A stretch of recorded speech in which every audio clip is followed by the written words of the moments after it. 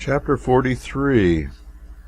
However, as I grew better acquainted with the business and learned the run of the sources of information, I ceased to require the aid of fancy to any large extent, and became able to fill my columns without diverging noticeably from the domain of fact.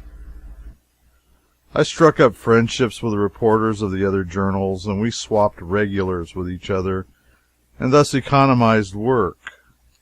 Regulars are permanent sources of news, like courts, bullion returns, cleanups at the courts mills, and inquests. Inasmuch as everybody went armed, we had an inquest about every day, and so this department was naturally set down among the regulars. We had lively papers in those days. My great competitor among reporters was Boggs of the Union. He was an excellent reporter. Once in 3 or 4 months he would get really a little intoxicated, but as a general thing he was a wary and cautious drinker, although always ready to tamper a little with the enemy. He had the advantage of me in one thing. He could get the monthly public school report, and I could not, because the principal hated the enterprise. One snowy night when the report was due, I started out sadly, wondering how I was going to get it. Presently, a few steps up the most deserted street, I stumbled on Boggs and asked him where he was going. After the school report. "I'll go along with you." "No, sir, I'll excuse you." "Just as you say." A saloon-keeper's boy passed by with a steaming pitcher of hot punch, and Boggs snuffed the fragrance gratefully. He gazed fondly after the boy and saw him start up the Enterprise stairs. I said, "I wish you could help me get that school business, but since you can't, I must run up to the Union office and see if I can get them to let me have a proof of it after they've set it up, though I don't begin to suppose they will. Good night." "Hold on a minute. I don't mind getting the report and sitting around with the boys a little while you copy it, if you're willing to drop down to the principal's with me." "Now you talk like a rational being. Come along." We plowed a couple of blocks through the snow, got the report, and returned to our office. It was a short document and soon copied. Meantime, Boggs helped himself to the punch. I gave the manuscript back to him, and we started out to get an inquest, for we heard pistol shots nearby. We got the particulars with little loss of time, for it was only an inferior sort of barroom murder and of little interest to the public. And then we separated. Away at 3 o'clock in the morning, when we had gone to press and were having a relaxing concert as usual, for some of the printers were good singers and others good performers on the guitar, and on that atrocity, the accordion, the proprietor of the Union strode in and desired to know if anybody had heard anything of Boggs or the school report. We stated the case, and all turned out to help hunt for the delinquent. We found him standing on a table in a saloon with an old tin lantern in one hand and the school report in the other, haranguing a gang of intoxicated Cornish miners on the inequity of squandering the public moneys on education, when hundreds and hundreds of honest, hard-working men are literally starving for whiskey. Riotous applause. He had been assisting in a regular spree with those parties for hours. We dragged him away and put him to bed. Of course, there was no school report in the Union, and Boggs held me accountable, though I was innocent of any intention or desire to compass its absence from that paper, and was as sorry as anyone that the misfortune had occurred. But we were perfectly friendly. The day that the school report was next due, the proprietor of the Genesee mine furnished us with a buggy and asked us to go down and write something about the property. A very common request, and one always gladly acceded to when people furnished buggies, for we were fond of pleasure excursions as other people. In due time we arrived at the mine, nothing but a hole in the ground 90 feet deep, and no way of getting down into it but holding on to a rope and being lowered with a windlass. The workmen had just gone off somewhere to dinner. I was not strong enough to lower Boggs's bulk, so I took an unlighted candle in my teeth, made a loop for my foot in the end of the rope, and implored Boggs not to go to sleep or let the windlass get the start of him, and then swung out over the shaft. I reached the bottom muddy and bruised about the elbows, but safe. I lit the candle, made an examination of the rock, selected some specimens, and shouted to Boggs to hoist away. No answer. Presently a head appeared in the circle of daylight away aloft, and a voice came down. "Are you all set?" "All set. Hoist away." "Are you comfortable?" "Perfectly." "Could you wait a little?" "Oh, certainly. No particular hurry." "Well, good-bye." "Why, where are you going?" "After the school report." And he did. I stayed down there an hour and surprised the workmen when they hauled up and found a man on the rope instead of a bucket of rock. I walked home, too, 5 miles uphill. We had no school report next morning, but the Union had. 6 months after my entry into journalism, the grand flush times of Silverland began, and they continued with unabated splendor for 3 years.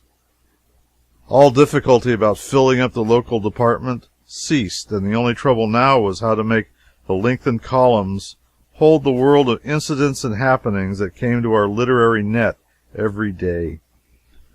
Virginia had grown to be the liveliest town for its age and population that America had ever produced.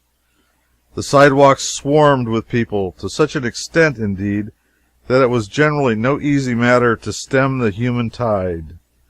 The streets themselves were just as crowded with quartz wagons, freight teams, and other vehicles. The procession was endless. So great was the pack that buggies frequently had to wait half an hour for an opportunity to cross the principal street.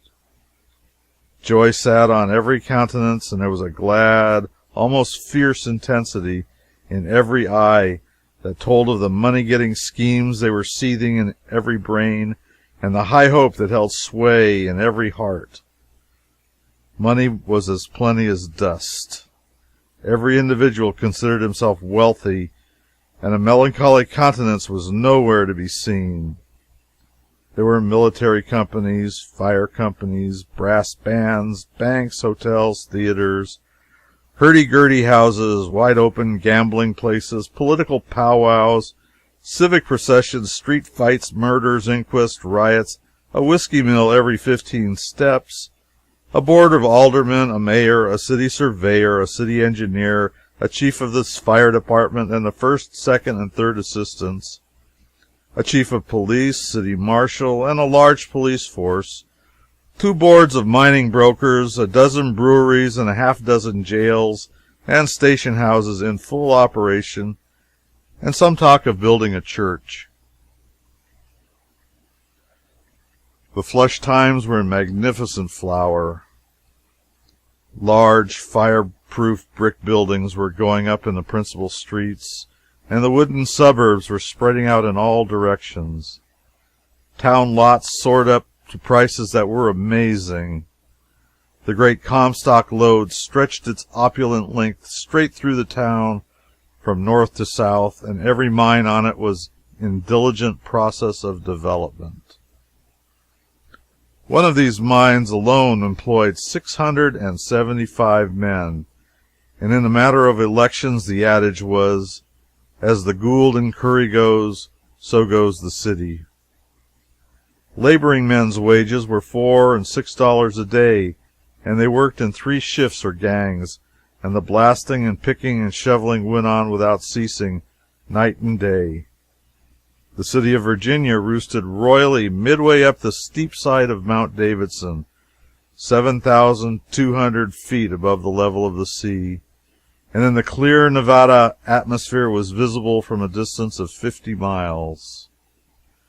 It claimed a population of 15,000 to 18,000, and all day long half of this little army swarmed the streets like bees, and the other half swarmed under the drifts and tunnels of the Comstock, hundreds of feet down in the earth directly under those same streets.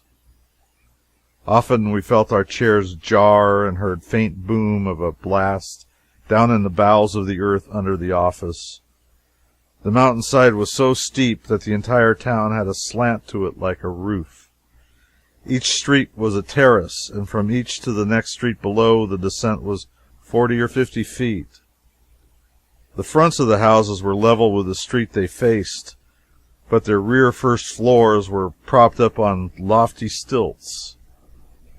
A man could stand at the rear of the first floor of a house on C Street and look down the chimneys of a row of houses below him facing D Street.